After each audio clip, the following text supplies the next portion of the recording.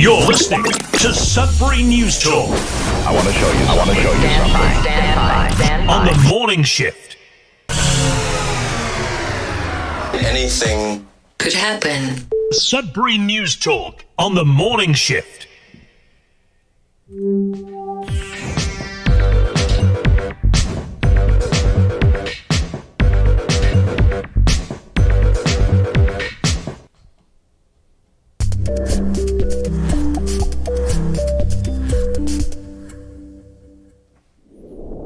All right, good morning, everyone. Welcome to Sudbury News Talk. On the morning shift, I'm AJ Walsh, and I'm glad to be here with you, and I'm glad that you're here with us. We're looking forward to a really great show on the Thursday, June 29th edition of Sudbury News Talk, live on CKLU 96.7 FM. Also streaming at cklu.ca. You just click on the Radio Player Canada app. You can stream us. Download the Radio Player Canada app. And you can take us with you and listen to us anytime, anywhere on your favorite device. We are CKLU. We've been around since 1984. What a great year for music and entertainment, period. And it's the year that Laurentian University's campus and community radio station launched, CKLU, in a little trailer up on the campus, Ramsey Lake Road. And now we are in the new MacEwan School of Architecture in the old Telegraph building, which is now part of all Laurentian University. So we're grateful to be here with you, and glad that we also can be streaming at facebook.com/Sudbury News, youtube.com/Sudbury News. So make sure to like, share, subscribe, follow all of our socials, all of our social media. And that's Facebook, YouTube. We're even on LinkedIn, for crying out loud. Instagram, Twitter, I don't know, are we doing all these social things anymore, or do we just kind of like our favorite platform and stick with it? I don't know. It might change now that we're going to talk about it today, now that Bills C11 and C18 are out, and we're seeing a little bit of a lashback from Facebook, at least. We're not sure how Google is going to be responding yet, but we'll talk about that and much, much, much more. There's lots to talk about the fire station situation, and so much, much more. Eastlink has dropped like 30 some channels. That was a huge story that we shared. Never got a chance to talk about it on the show, and so much more. Billy, are you excited today? As always, yes. Yes, and Billy's here with us, by the way. So didn't mean to spring that on you like all of a sudden. Usually I'll say, and then today we got Billy, and Billy will just kind of probably take a deep breath and whatever, and I just, boom, the camera's on you today, and sorry about that. Ambush. I'm ambushing you today. Well, I had a minute and a half to prepare something, and I just dozed through it. Yeah, exactly. So Billy's going to be on the show today, and you will be on the show today with all your comments. So make sure to comment. That's the most important thing, along with sharing if you feel this particular conversation needs to get out to more people, which, it makes for a better discussion about Sudbury issues and other things that affect us from more abroad. And so let's just dive right in. We'll get started with the weather, and then we'll have a little bit of sports and right into the news headlines, your comments, and much, much more right after this.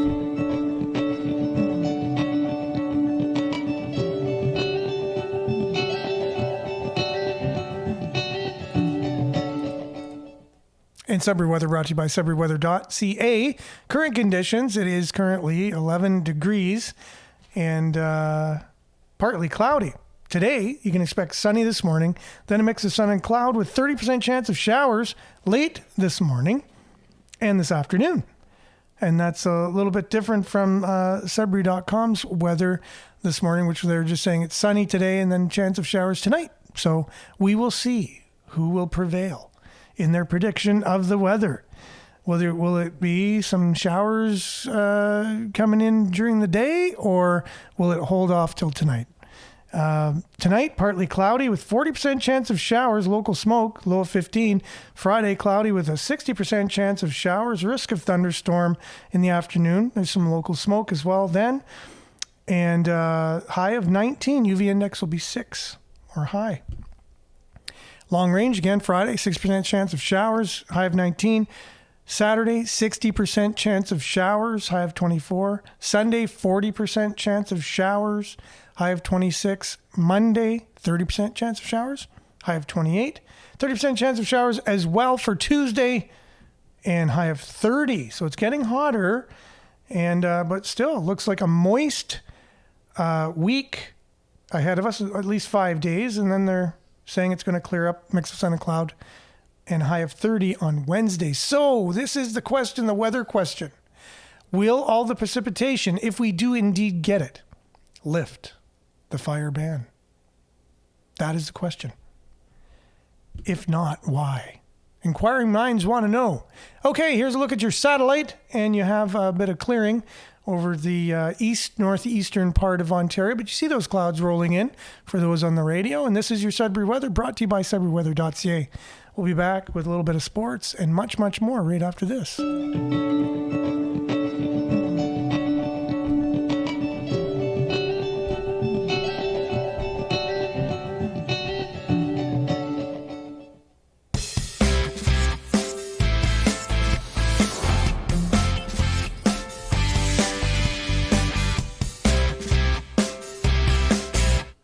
All right, and last night was the NHL Draft 2023, and one of our own Sudbury Wolves, American-born from Buffalo, Quentin Musty, went 26th overall in the first round. So not only was he the number one pick in the OHL by the Sudbury Wolves last year, but now he's the number one NHL draft choice, going 26th to the San Jose Sharks. So congratulations, Quentin Musty.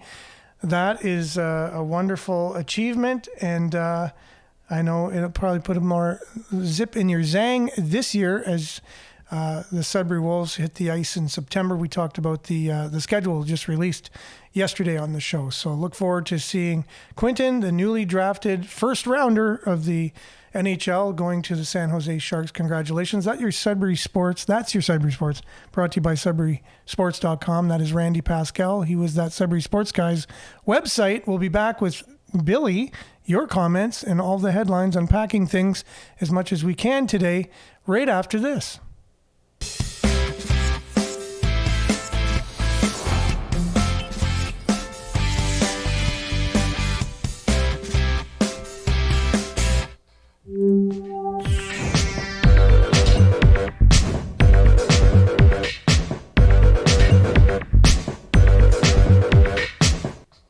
Okay, and we are back, and Billy is with us. So let's just, have you had a chance to look over the stories at all, Billy, this morning? I have. The Beaver Lake Fire Hall kind of looks like a win for, was it Beaver Lake and Skeed? Yeah, so far so good, right? So let's get the comments up here on the big monitor so I can kind of monitor those as well as we welcome in those watching on YouTube. Don't see any YouTubers chiming in yet, but good morning, Monique. Thanks for being with us, everyone. Good morning, Judy. Thanks for being with us. Belinda, good morning. Strong people always stand up for themselves, but stronger people stand up for others. Oh, I love your positive statements in the beginning of the morning. Great way to kick off the day. And speaking of kick, Lee is saying, kick Zuckerberg's butt, Elon. Speaking of the story we're going to be talking about a little bit later, a story put out by Sudbury.com of what to expect by them not being on Facebook with their news, right? So good morning, Vin. Thanks for being with us as well as Josiah. Hopefully I pronounced your name correctly. And if not, I apologize. But good morning to you. Hope you're having a great Thursday. Good morning, Shane. Is it Friday yet? It's almost Friday. It will be Friday very shortly. Danica, good morning, everyone. Heart emoji and a sun emoji or a smiley emoji from Shane there as well. Miles, yeah, Quentin moved up. He was expected to go 28th. Oh, there you go. Congratulations, Quentin. And I did indeed watch it. I watched him live because, you know, normally I don't have much time in the evening, but I saw the NHL awards there and I said, yeah, I'll just check in. And it just so happened that Quentin Musty was being drafted. And I thought that was a great time to check in. So I saw it in real time. Good morning, Diane. Thanks for being with us as well. So let's dive right into the stories. Billy was, already ahead of us with what we'll be talking about this morning. Maurice, good morning as well. Thanks for joining us. A lot of people coming on early this morning, Billy. Awesome. Yeah, it's great to see. Greater Sudbury City Council votes to close some fire halls, but keep others open if they get enough recruits. That's the headline from CBC. After years of debate, including several hours Tuesday night, Greater Sudbury City Council has decided to shut down some fire halls in the outlining areas. So have we had a chance to see who indeed is... So Beaver Lake and Skeed, as you mentioned, will get to keep their fire stations if they can sign up enough firefighters. That's the question. Yeah. City staff suggested that Skeet had been given a target of 15 firefighters, but Natalie Labby, the councillor for the area, called that unfair, setting Skeet up for failure. Especially since the community has already signed up 11 new recruits. Cool. So, yeah, 11 seems pretty good for a community that size. Yeah, for sure. And who is calling for 15? Let's see. I think it just says city staff. Oh, city staff. Yeah. Okay. Yeah. And that's the way it has been, right? The staff stay in the city, so they're the ones who are always dealing with these things. And then people get elected and they're only there for, 4 years. And so the first few months is really hard to deal with the staff because they probably look down on the newbies kind of thing. Like, you guys are so new. You don't know what you're talking about. We've been here for 30 years. We know everything, kind of thing, right? And I don't think everyone has that. I'm just adding my own sarcasm to it. But I think there is a little bit of that. Would you agree that city staff it's a little bit of a fight sometimes between council and city staff? Well, I guess that's kind of Par for the sure course. speculative, but anyone who knows, any kind of institutional situation, that's usually a bit of human dynamics in there like that. Okay, so they're going to shut down some fire halls as well in outlining areas. It includes Falconbridge. It'll merge with the Garson Fire Hall and the fire brigades in Valcarin and Hanmer, which will be consolidated also into the new fire hall in Valtadies. That, to me, makes some sense to do a little bit of that amalgamation where it's possible. Yeah. As long as they can get to the fires within a reasonable time to make sense. 15 is an insurance industry standard, I believe. It's not a random number, which, okay, thanks, Stephen. That's good to know for sure. Yeah. So maybe the issues in Skeed then of people hoping that their insurance does not go up, it'll still go. They'll get their fire hall, but the insurance might still go up if that is an insurance standard. So maybe it's a rock and a hard place. Whether it's they'll have to make that decision, I guess. Mm-hmm. I remember I had a friend kind of making the case that the world won't be brought to a dystopia by authoritarians. It's going to be insurance companies. And you can kind of see this, the way you can shape things with the way things go. That's for sure. I know Stephen is also kind of adding on to saying it's not just city staff, it's mostly the insurance kind of thing. Mm-hmm. No confidence in council. They pass whatever they want unanimously. That's Belinda. A lot of us are becoming, just shake our heads at politicians, and it's not good. It's just the way things are going. The most passionate in the city's plans, voiced loudly during the round of public consultations over the winter and spring, came from the two communities that are going to get to keep their fire halls. Surprise, surprise, right? So it just shows if you get out and you support things, you could have a favorable result. So that was Beaver Lake and Skeed. They had the most vocal pushback to that, and now it's up to them. They got to get the volunteers. So that's the way it should be. Steven says, I wish I knew the exact acronym for FAS or something. Okay. So there you go. That's that. Moving on to other stories today. If we could see if we can get through as many of them as possible. Although that is a heavy one we talk about quite a few times on the show. Canada Day events in Sudbury still go on this weekend despite poor air quality. That is from CBC News. Annual Canada Day weekend events are still on for Sudbury and surrounding regions despite lower than usual air quality. There won't be any fireworks though. And good morning, Brian. Thanks for being with us. Air quality's improved, has it not? Yeah, that's another one of the stories here. They don't all go in order. But we will have a special performance on Canada Day from one of Canada's iconic performers, and that's Tom Cochrane will be in town. So on Canada Day, but no fireworks. I'd really like to see Tom Cochrane. Have you ever seen him? No, I haven't, but I like his stuff. Yeah, I think that's pretty cool. Don't always get big names in town for these types of things, but I think I'd like to make an effort anyways to see him, but make sure to bring my umbrella. Good morning, Tracy. Thanks for being with us. Good morning to all. Nice smiley emoji.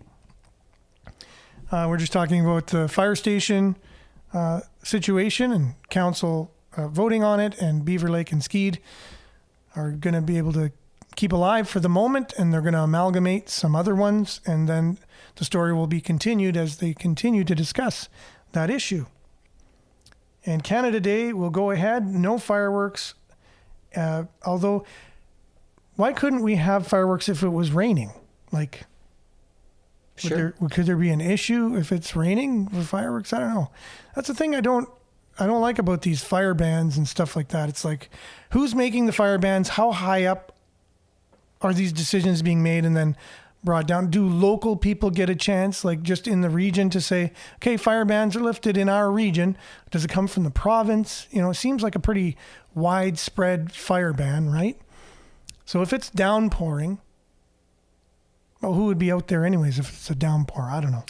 Yeah. Crazy. That could be part of it. And how do you plan for that? You know, I don't think you can say fireworks if it's raining. You got to set up for it or not. Yeah, it's true. And it's a huge setup and a huge cost, right? And then all the fireworks get wet and you can't use them at another time. I'm really concerned about these fire bans, though. I really am. You know, all throughout my life, I can't remember so many bans, and someone will say, yeah, but you couldn't remember as many fires either, which is not true. There are stats out there that show fires are pretty much on par year after year, and there are some reports that say fires are actually on the decline. So again, when you get into this alarmist, these numbers and whatever, just listen to certain people, there are other stats that show other things, and I've shared those on the show already. So I've shared them. It's not like I'm just pulling this out of thin air. But yeah. So, is there any more stories about that here before we get into anything else? Yeah, forest fire smoke clears in Sudbury. There's the story there. So, the unfortunate thing is these stories don't come in order of, being able to work really nicely on the show.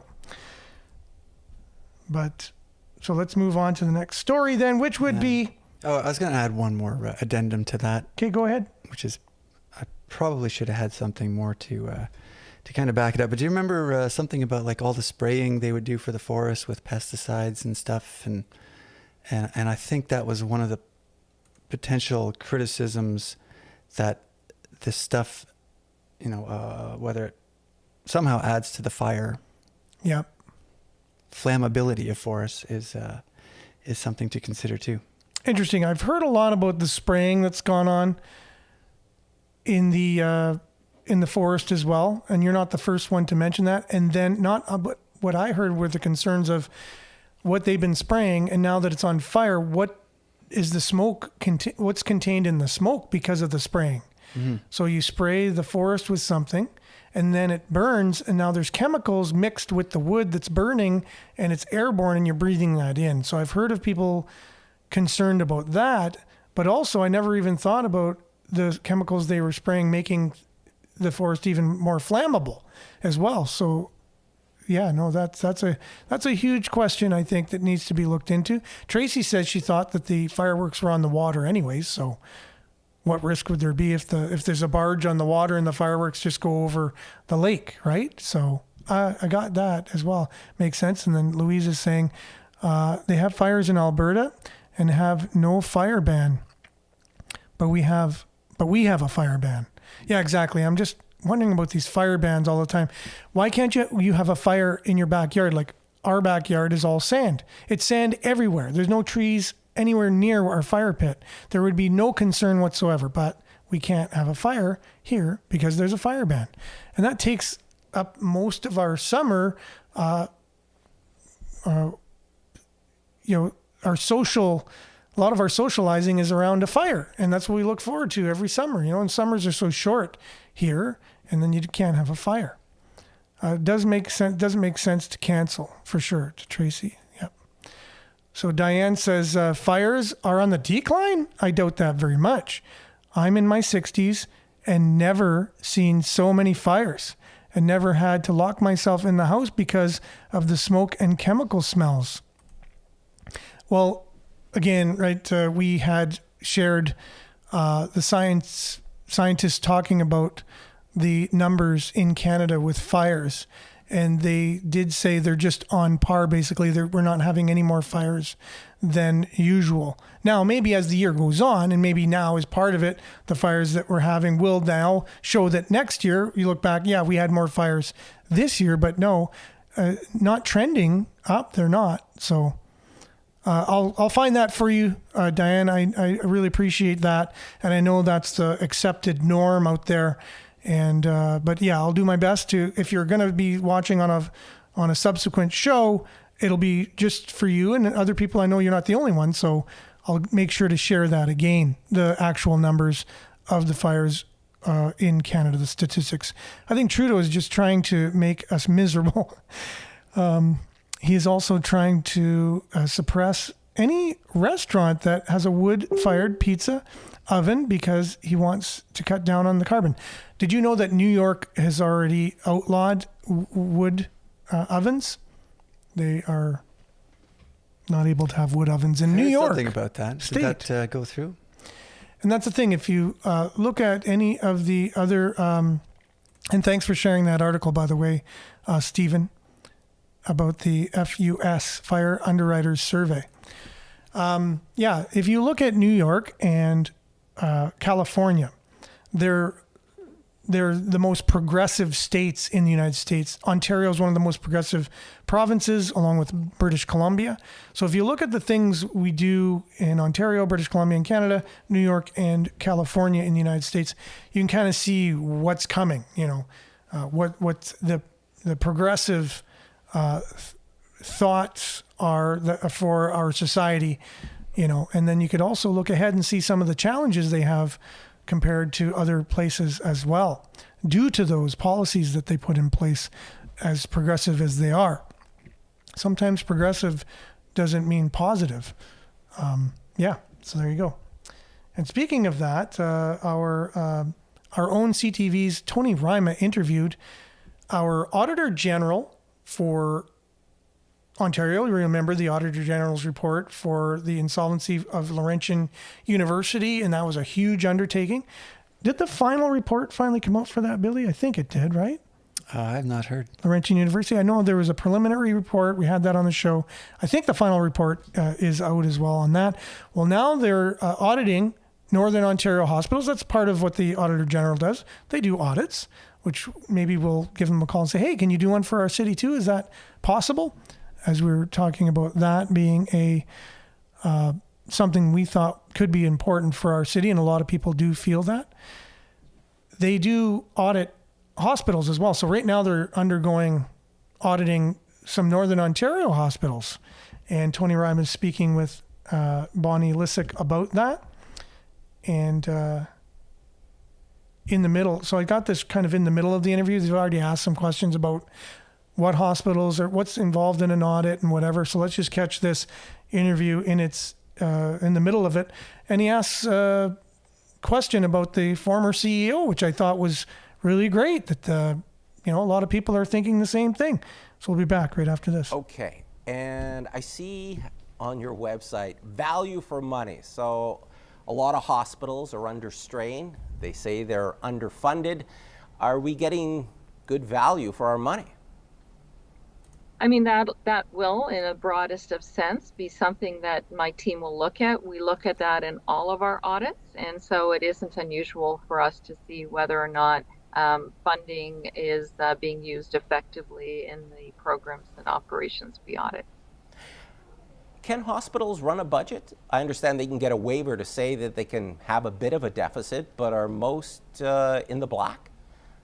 That I can't comment generally where the hospitals have been this last year. We do conduct the audit of public accounts, which is the government's financial statements. We look at the consolidated financial statements, and when we're further along in that, we'll be looking at what the hospital's results were and how that impacts the province's consolidated statements. But right now, I'm not. It would be unfair for me to comment on the hospital statements. They're being finalized and haven't seen them all yet.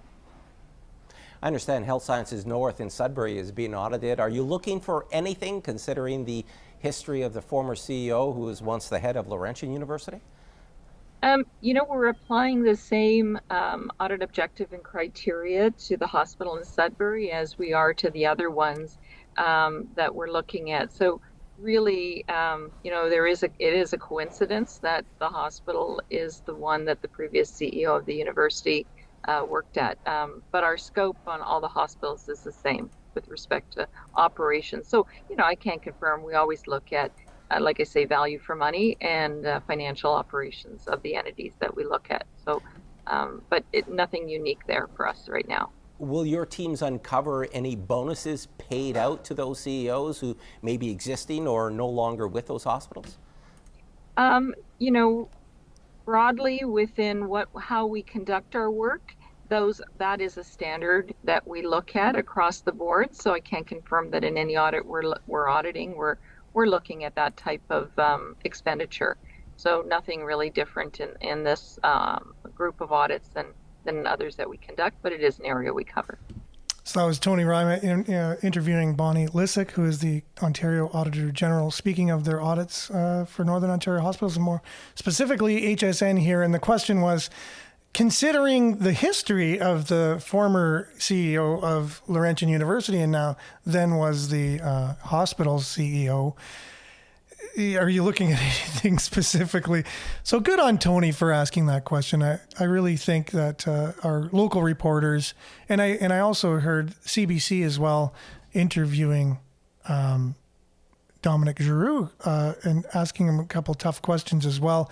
And so I really appreciate that when our local reporters can at least try and dig a little bit. So I'd like to dig a little more, but at the same time, it's good to see that. And also, I like the question, do you look at bonuses given out to CEOs as a part of the audit, thinking that, wow, I wonder if Dominic Giroux got a bonus when he left. That'd be interesting to know, right? Because that's not publicized. So maybe this is a way to kind of sometimes journalists like him are privy to certain information. And by him asking that, maybe he's kind of putting it out there a bit. I have no idea. But wouldn't that be something if he got a bonus even from the hospital for leaving? Because this happens in CEO land, not in our land. It doesn't happen. But in CEO world, they get bonuses for everything. And it's just the norm, the way things go, right? So congratulations to Tony for asking the tough question there to Bonnie. And her answer was, fair, because she did say we're not on a witch hunt by any means. We're doing a regular audit, and if we find something out, we find something out, right? So, and that's what audits are for. And it's not about a witch hunt. And I think City of Sudbury deserves an audit as well, not to be a witch hunt, but just to find out what's going on. Tracy says it's a ploy. So with all of these fire bans and stuff, a ploy to keep us inside, just like during COVID, kind of beginning, it's along the lockdown going down the road, same road as the lockdowns. I don't believe all the smoke is from fires. Most, yes, but southwestern Ontario has had a very different smell. Yesterday I recorded smoke amounts. Yesterday and recorded smoke amounts. Something to think about. Interesting too, I was watching Forensic Files. Have you ever watched that show, Billy? No, I don't think so. So it's where forensics actually solve murder cases, whereas if you didn't have any forensics, it wouldn't be solved. So all types of things to keep in mind. And there was a show on arson, and they said there was someone who was found deceased in the house, and the people doing the investigation determined it must be arson because fire started in 3 places at the same time. And we know that is not the way fires start. And I immediately remembered seeing the satellite view over Quebec when the fires started. And there was 17 fires that started at the exact same time, simultaneously, all the way up from Hudson's Bay, all the way down to just east of Ottawa. That vast area, all starting simultaneously. And I remember he just said, as a matter of fact, in his really, his voice that's really captivating, Forensic Files. Anyways, he goes, we all know that fire cannot be started in 3 places at the same time naturally. It had to be arson. And then right away I thought, wow, that's pretty nefarious that 17 fires start at the exact same time in the forest, all over a region, almost the size of Texas. How does that happen? So anyways, that's all I'm asking. I'm not saying I know the answer. I'm just saying, how does that happen? Also, Brian is saying, in light of Canada Day, fireworks ban in the region, there's always a Cozy Fireplace channel. There might not be now. It might be canceled if you're an Eastlink subscriber. Belinda, what I know, wherever there's power, greed, and money, there's corruption. Sudbury needs to be investigated. Her response tells us how this will play out. Don't hold your breath, people. Okay, so you don't have as much confidence in the audit. I'm thinking it might. It might reveal something, because the audit wasn't very pleasing or wasn't very positive for Laurentian, but there's still, again, no accountability, right? So Penny Sutcliffe, $800,000 plus is what she was paid. Yeah, 2020, I believe. She's the grand poobah of the Sudbury and